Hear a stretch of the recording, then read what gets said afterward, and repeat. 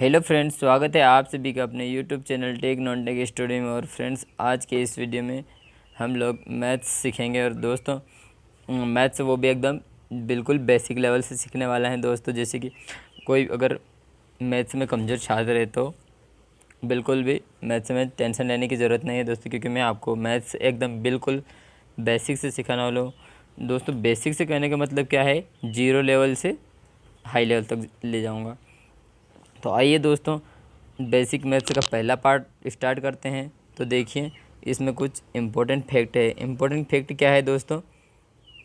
Important fact, पहला important fact क्या है, किसी संख्या में शून्य का गुणा किया जाए, किसी संख्या में शून्य का गुणा किया जाए या शून्य शून्य में किसी संख्या से गुणा किया जाए। क्या बोला है दोस्तों? शून्य का गुणा किया जाए किसी संख्या में या शून्य से किसी संख्या में गुणा किया जाए तो उसका गुणनफल क्या प्राप्त होता है? शून्य ही प्राप्त होगा। जैसे कि दोस्तों, इसमें एग्जाम्पल से देखते हैं अपन। एग्जाम्पल क्या कह रहा, ये क्या है, a इंटू जीरो, यानी कि a गुणित जीरो। तो इसके इक्वल में क्या हो रहा है दोस्तों? जीरो ही हो रहा है। यानी कि बोला है ना कि किसी संख्या में जीरो से गुणा करने पर जीरो ही प्राप्त होता है। जैसे अभी इधर देखते हैं, 5 गुणित जीरो, तो 5 का गुणा जीरो में करने पर क्या होता है दोस्तों? जीरो ही प्राप्त हुआ। उसी तरीके से दोस्तों, जैसे इसमें क्या है, जीरो है, क्या है ये? जीरो। जीरो गुणित ए, तो क्या बोला है दोस्तों? जैसे कि इस यहाँ पर बोला था शून्य में किसी संख्या से, क्या बोला? शून्य से किसी संख्या में गुणा करने पर भी क्या प्राप्त होता है? जीरो ही प्राप्त होता है। तो दोस्तों ये जीरो है, जीरो से एक जीरो का गुणा ए में करा तो जीरो ही प्राप्त हुआ। जैसे इधर 5, जीरो का गुणा 5 में करा तो जीरो ही प्राप्त हुआ। तो दोस्तों, पहला फैक्ट खत्म हुआ। अब नेक्स्ट दूसरे फैक्ट पे चलते हैं दोस्तों। दूसरा फैक्ट क्या कहता है? दूसरा फैक्ट कहता है दोस्तों, शून्य में, क्या बोला है? शून्य में किसी संख्या से भाग दिया जाए तो भागफल शून्य ही प्राप्त होगा। क्या बोला है? शून्य में, किसमें? शून्य में किसी संख्या से, शून्य में किसी संख्या से भाग दिया जाए तो भागफल शून्य ही प्राप्त होता है। जैसे दोस्तों एग्जाम्पल देखते हैं। एग्जाम्पल क्या कहता है दोस्तों? जैसे ये क्या है, जीरो है, जीरो ऊपर है और बटे में ए है, यानी कि जीरो में किसी संख्या से भाग दिया जाए तो शून्य ही प्राप्त होता है भागफल में। तो जैसे ऊपर इसमें जीरो है और नीचे ए है, तो जीरो में ए का भाग देंगे तो दोस्तों जीरो प्राप्त होगा। क्या होगा? जीरो प्राप्त होगा। उसी तरीके से अब दोस्तों ये वाला देखते, तो इसमें क्या है, जीरो के बटे में 6 है, यानी कि जीरो में अपन लोग 6 का भाग दे रहे हैं, यानी किसी संख्या का भाग दे रहे हैं, किसी संख्या से भाग दे रहे हैं, वो भी जीरो में, तो उसका भागफल क्या प्राप्त होता है? जीरो ही प्राप्त होता है दोस्तों। अब जैसे ये वाला देखते, ये वाला क्या कहता है दोस्तों? 0/9, यानी कि इसमें भी अपन जीरो में 9 का भाग दे रहे हैं, तो इसका आंसर क्या आ रहा है? जीरो ही आ रहा है। यानी कि इसमें बोला था शून्य में किसी संख्या से, किसमें? शून्य में किसी संख्या से भाग दिया जाए तो भागफल शून्य ही प्राप्त होता है दोस्तों। फैक्ट 2 ख़त्म हुआ है। अब फैक्ट तीसरे पे चलते हैं। फैक्ट तीसरा क्या कहता है दोस्तों? फैक्ट तीसरा कहता है किसी संख्या को शून्य से भाग दिया जाए तो भागफल अनंत प्राप्त होता है। अनंत प्राप्त तो कब होता है दोस्तों? जब किसी संख्या में जीरो से भाग दिया जाता है। क्या बोला दोस्तों? किसी संख्या में जीरो से भाग देने पे क्या प्राप्त होता है? अनंत प्राप्त होता है, अनंत। जैसे दोस्तों इसमें एग्जाम्पल के थ्रू देखते हैं। एग्जाम्पल क्या है? इसमें ऊपर ए लिखा है, ऊपर ए और बटे में जीरो, यानी कि किसी संख्या में जीरो से भाग देने पे क्या प्राप्त होता है? अनंत प्राप्त होता है। तो जैसे इसमें ऊपर ए लिखा है और बटे में जीरो, तो जीरो का भाग देंगे ए में तो हमें अनंत प्राप्त होगा। उसी तरीके से ऊपर संख्या लिखी है और नीचे जीरो है, यानी कि जीरो का भाग देंगे 17 में तो इसका भी आंसर आएगा अनंत ही आएगा दोस्तों। उसी तरीके से 15 के बटे में जीरो है, क्या है? 15 के बटे में जीरो है, तो जीरो का भाग देंगे 15 में तो तब भी क्या आएगा दोस्तों? अनंत ही आएगा। यानी कि किसी संख्या को शून्य से, किसी संख्या में शून्य से भाग दिया जाए, किसी संख्या में, क्या बोला कि दोस्तों, ये किसी संख्या में शून्य से भाग दिया जाए तो अनंत प्राप्त होता है दोस्तों। फैक्ट तीसरा खत्म हुआ। फैक्ट नंबर चौथे पे चलते हैं। फैक्ट नंबर चौथा क्या कहता है अब दोस्तों? फैक्ट नंबर चौथा कहता है कि किसी संख्या की घात, क्या बोला दोस्तों? किसी संख्या की घात शून्य होने पर उसका मान 1 होता है। किसी संख्या की घात शून्य होने पर, क्या बोला दोस्तों, किसी संख्या की घात शून्य होने पर उसका मान 1 होता है। दोस्तों जैसे एग्जाम्पल के थ्रू समझते हैं। एग्जाम्पल के थ्रू क्या है, एग्जाम्पल अपना है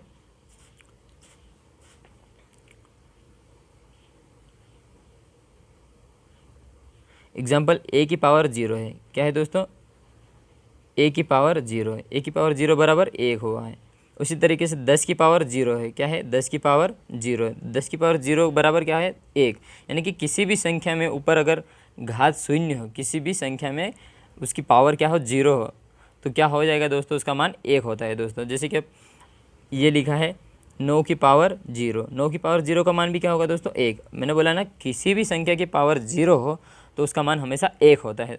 उसी तरीके से दोस्तों जैसे 20 की पावर क्या है, 0 है, तो यानी कि इसका हमें मान 1 आएगा। तो दोस्तों जैसे कि फैक्टर नंबर चौथा आपको समझ में ज़रूर आया होगा दोस्तों। अब फैक्टर नंबर 5वें पे चलते हैं। फैक्टर नंबर 5वां क्या कहता है, फैक्टर नंबर 5वां कहता है किसी संख्या को स्वयं से भाग देने पर, किसी संख्या के स्वयं से भाग देने पर, किसी संख्या को स्वयं से भाग देने पर क्या प्राप्त होता है, भागफल में 1 प्राप्त होता है।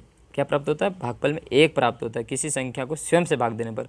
उदाहरण के लिए देखते हैं दोस्तों। उदाहरण क्या है, एक ए के बटे में ए है, यानी कि जो भी है सेम की सेम है, ऊपर भी ए है नीचे भी ए है, मतलब बोला ना कि किसी स्वयं से भाग देने पर, स्वयं से भाग देने पर भागफल 1 प्राप्त होता है। तो उसी तरीके से ए के बटे में ए है, यानी कि जब भी स्वयं से स्वयं में भाग देंगे तो 1 आएगा। उसी तरीके से ये है दोस्तों 2 के बटे में 2 है, यानी कि इसका भी मान 1 होगा। वैसे अपन हालांकि काट के किसी भी अगर मैथ्स में दिखता तो अपन काट देते हैं, उससे मान 1 ही होता है, पर उसका बेसिक रूल यहीं से बनता है दोस्तों कि जब भी सेम संख्या हो, जब भी सेम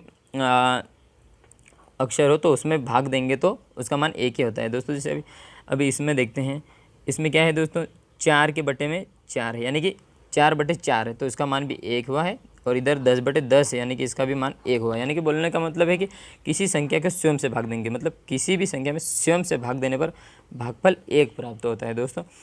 उम्मीद करता हूँ आपको 5वां फैक्ट भी समझ में आया होगा दोस्तों। अब हम लोग चलते हैं आगे दोस्तों। अभी जोड़ और घटाने पे चलते हैं। क्या है, जोड़ और घटाओ पे चलते हैं। Addition and subtraction, addition and subtraction पे चलते हैं दोस्तों।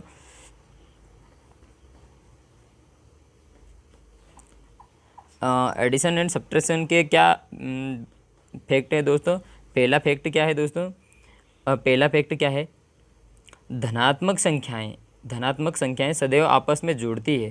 क्या बोला दोस्तों, धनात्मक संख्या सदैव आपस में जुड़ती है और चिन्ह का ही क्या लगता है, प्लस का लगता है। धनात्मक संख्या सदैव आपस में जुड़ती है और चिन्ह यानी कि जो सिंबल है वो प्लस का लगता है। जैसे दोस्तों ये क्या लिखा अपन ने एग्जाम्पल में, 2 + 7 यानी कि 2 + 7 = 9, यानी कि इसके बीच में प्लस का निशान लग रहा है। काय का निशान लग रहा है दोस्तों, प्लस का निशान लग रहा है। उसी तरीके से इधर है 5 + 6 = क्या हो रहा है, 11, यानी कि धनात्मक संख्या सदैव आपस में जुड़ती है और चिन्ह लेके आती है प्लस का। जैसे दोस्तों अपन ने यहाँ लगाया प्लस का चिन्ह। दोस्तों फैक्टर नंबर पहला भी जरूर समझ में आएगा। अब फैक्टर नंबर इसमें एक नोट दिया है दोस्तों। नोट क्या दिया हुआ है दोस्तों, नोट दिया हुआ है कि किसी संख्या के पहले कोई भी चिन्ह न हो, तो किसी भी संख्या के पहले कोई चिन्ह न हो तो हमेशा हम लोग प्लस का चिन्ह मान लेते हैं। क्या करते हैं, प्लस का चिन्ह मान लेते हैं। जैसे इधर 2 + 7 है, 2 + 7 है तो उसके बराबर में क्या हुआ दोस्तों, 9 हुआ। जैसे कि दोस्तों इससे समझते हैं ये जैसे ये 5 लिखा हो और ये इधर 3 है, तो 5 से पहले कुछ नहीं लिखा हो, यानी कि इसका मतलब हम लोग क्या मानेंगे, प्लस का निशान मानेंगे। प्लस का निशान मानेंगे तो जैसे आगे क्या है 5 + 3, तो हम लोग इसको जोड़ देंगे तो 5 + 3 = कितना होता, 8 हुआ है दोस्तों। फैक्टर नंबर पहला जरूर समझ में आया होगा दोस्तों। अब फैक्टर नंबर दूसरे पे चलते हैं। फैक्टर नंबर दूसरा क्या कहता है दोस्तों, फैक्ट नंबर दूसरा कहता है धनात्मक, क्या कहा, धनात्मक और ऋणात्मक संख्याएं सदैव आपस में घट जाती है। ये तो दोस्तों आपको पता भी है, वैसे जिन स्टूडेंट को पता नहीं होता उनके लिए ये वाले फैक्ट बहुत इंपॉर्टेंट है दोस्तों। धनात्मक और ऋणात्मक संख्याएं सदैव आपस में घट जाती है और चिन्ह बड़ी संख्या का लगता है। क्या बोला दोस्तों, धनात्मक और ऋणात्मक संख्या घट तो जाती है, आपस में घट जाती है। ऋणात्मक संख्या सदैव आपस में घट जाती है और चिन्ह बड़ी संख्या का लगता है। कब, जब माइनस करते हैं। तो दोस्तों जैसे कि अभी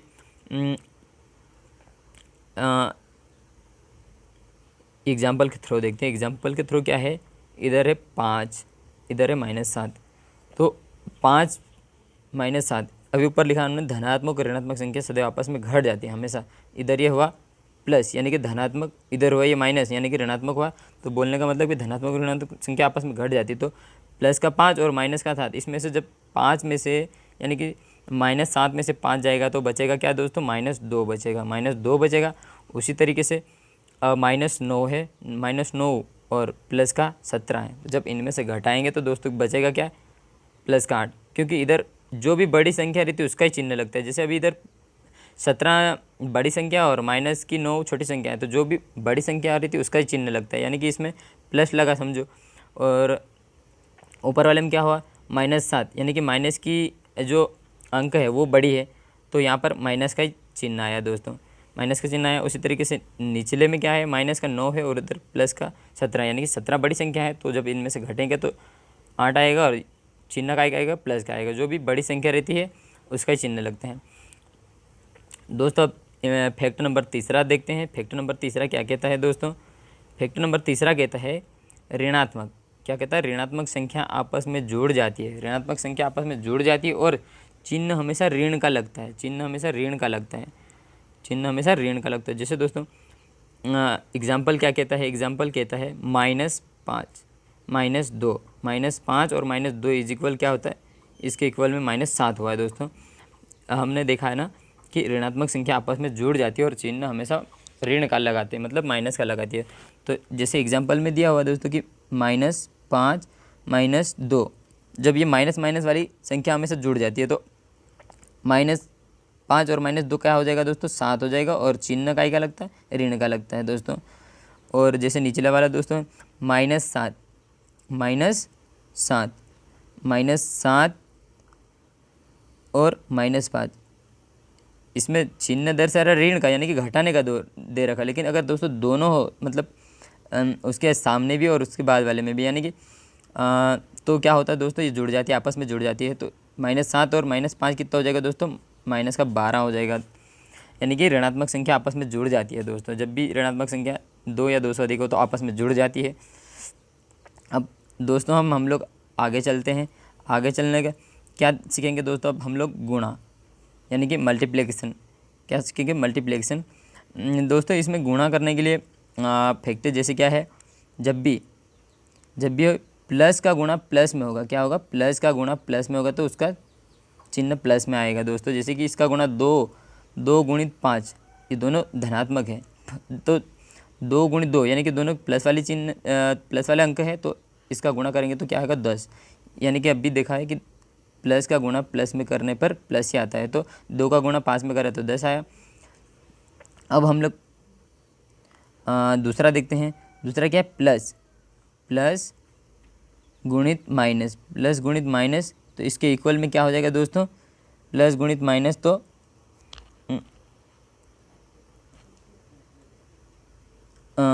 हो जाएगा दोस्तों, प्लस गुणित माइनस करेंगे तो 2 इधर जैसे प्लस गुणित माइनस करेंगे तो इसका माइनस आएगा दोस्तों। क्या आएगा, सिंबल माइनस आएगा। जैसे 2 का गुणा 5 में करा, क्या करा, 2 का गुणा -5 में करा तो आया क्या है, -10 आया दोस्तों। ये वाले फैक्टर याद करने के लिए आपको याद रखना पड़ेगा दोस्तों, तो जाके आप लोगों को मैथ्स बहुत अच्छी तरीके से और सिंपल तरीके से एकदम कॉन्सेप्ट के साथ क्लियर हो जाएगी दोस्तों। जैसे ये वाला देखते हैं, क्या है, माइनस का गुणा प्लस में करा। जब भी माइनस का गुणा प्लस में करेंगे तो माइनस होएगा। तो जैसे -3 गुणित 6 करा, -3 गुणित 6 करा तो क्या आया इसका आंसर, -18 आया दोस्तों, -18 आया। और जब माइनस का गुणा माइनस में करेंगे तो इसका प्लस आएगा, क्या निकल के आएगा, सिंबल प्लस। जैसे -2 गुणित -5 करा तो क्या आया, प्लस का चिन्ह लेके आया 10, यानी कि 2 का गुणा 5 में करेंगे तो 5 2 10, तो 10 लेके आया आंसर। तो दोस्तों जैसे हमने एक नोट लिखा है। नोट क्या लिखा है दोस्तों, अगर माइनस का गुणा सम बार करते हैं तो उसका प्लस का निशान आता है दोस्तों। और अगर माइनस का गुणा विषम बार करते तो उसका माइनस निकल के आता है दोस्तों। जैसे अभी हम एक एग्जाम्पल के थ्रू देखते हैं। एग्जाम्पल के थ्रू क्या देखते हैं दोस्तों, एग्जाम्पल है -2 गुणित 3 गुणित 4 गुणित -2 गुणित 3, यानी कि इसमें सम है या विषम वो देखते हैं दोस्तों। तो एक तो अपने पास -2 के साथ एक है, 1 2 3, यानी कि 3 बार माइनस आया, यानी कि ये क्या कहलाएगा दोस्तों, विषम कहलाएगा। जब भी हम माइनस का गुणा करते हैं विषम बार तो माइनस आता है। तो जैसे दोस्तों इनका गुणा करने पे हमारे को -144 मिला है दोस्तों। क्यों माइनस क्यों मिला, क्योंकि दोस्तों जैसे जब भी सम रहता है तो प्लस हो जाता है, और विषम रहता है तो माइनस हो जाता है। अब दोस्तों जैसे इसमें देखते हैं -3 गुणित -2 गुणित -4 गुणित -5, तो ये क्या है दोस्तों, 1 2 3 4, यानी कि ये सम बार है दोस्तों। सम बार आने पे क्या होता है दोस्तों, प्लस का निशान लग जाता है। जैसे प्लस का 120 आंसर निकल का है जैसे इनमें गुणा करने पे। तो दोस्तों ये वाले फैक्टर जरूर याद रखिएगा। अब दोस्तों देखते हैं हम भाग। जोड़ का देख लिया, घटाने का देख लिया, गुणा का देख लिया। अब दोस्तों अब लास्ट है भाग का देख लेते हैं। भाग का क्या है दोस्तों, भाग यदि अंश, क्या बोला दोस्तों, यदि अंश और हर के चिन्ह समान हो तो, यदि अंश और हर के चिन्ह समान हो तो मान क्या है, धनात्मक प्राप्त होता है। और यदि अंश और हर के मान में असमान हो तो ऋणात्मक मान प्राप्त होता है। जब अंश और हर समान हो तो धनात्मक मान प्राप्त होता है, और जब अंश और हर के मान में असमान हो तो ऋणात्मक मान प्राप्त होता है दोस्तों। जैसे अभी एग्जाम्पल के थ्रू देखते हैं। एग्जाम्पल के थ्रू क्या देखते हैं दोस्तों, जैसे कि इधर लिखा है प्लस, ये वाला प्लस के बटे में प्लस है, यानी कि ऊपर नीचे दोनों सेम है, तो ये क्या निकल का आएगा, प्लस का चिन्ह निकल के आएगा। उसी तरीके से ये इधर एग्जाम्पल क्या है, 6 के बटे में 2 है, जब इनका भाग देंगे तो 2 3 6 हो जाएगा, 3 बार में कटेगा, और ये प्लस का निशान लेकर आ रहा है। क्यों, क्योंकि ऊपर भी प्लस का और नीचे भी प्लस का है, तो इसलिए प्लस का निशान लेकर आ रहा है। ये बोला तो सही, जब भी अंश और हर के चिन्ह समान हो तो धनात्मक मान प्राप्त होता है। इसलिए दोस्तों ऊपर भी +6 है और नीचे भी प्लस का 2 है, इसलिए सेम आएगा। अब देखते हैं दोस्तों दूसरा क्या है एग्जाम्पल, प्लस बटे प्लस, यानी कि धन के बटे में माइनस है, तो क्या आएगा, माइनस का चिन्ह निकल के आएगा। क्या आएगा, माइनस का चिन्ह निकल के आएगा। तो इसका एग्जाम्पल क्या है, 6 के बटे में -2 है, यानी कि 2 का भाग 6 में देंगे तो -3 निकल आएगा। क्या निकल आएगा, -3। क्यों, क्योंकि जब भी अंश और हर में असमान हो तो चिन्ह ऋणात्मक का निकल के आता है, तो ये माइनस निकल के आएगा दोस्तों। उसी तरीके से अब ये है माइनस के बटे में माइनस है, यानी कि सेम चिन्ह है, तो क्या निकल के आएगा, प्लस निकल के आएगा। अंश और हर में जब सेम चिन्ह हो तो क्या प्लस निकल के आता है, यानी कि धनात्मक निकल के आता है। जैसे एग्जाम्पल क्या है, -6 के बटे में -2 है, तो माइनस माइनस तो कट हो जाता है। उसके बाद 2 का भाग 6 में करेंगे तो 2 3 6 आ जाएगा, यानी कि 3 बार में कट जाएगा। उसी तरीके से ये वाला देखते हैं, ये क्या है दोस्तों, माइनस के बटे में प्लस, यानी कि ऊपर नीचे चिन्ह असमान है, तो इसका मतलब क्या आएगा दोस्तों, माइनस निकल के आएगा। तो माइनस निकल के आएगा तो क्या होगा दोस्तों, जैसे एग्जाम्पल क्या है, -6 के बटे में 2 है, तो जब 2 का भाग 6 में देंगे तो 3 आए, और ये चिन्ह साथ में लेकर आए, यानी कि -3। यानी कि अंश और हर के चिन्ह समान हो तो धनात्मक, और अंश और हर के चिन्ह असमान हो तो माइनस का निकल के आता है दोस्तों। उम्मीद करता हूँ दोस्तों आज का यह वीडियो आप लोगों को ज़रूर समझ में आया होगा। दोस्तों अगर मेरी यह वीडियो पसंद आए तो फ्रेंड्स वीडियो को लाइक ज़रूर करें, शेयर करें, और चैनल पे नए हो तो चैनल को सब्सक्राइब ज़रूर करें। धन्यवाद दोस्तों।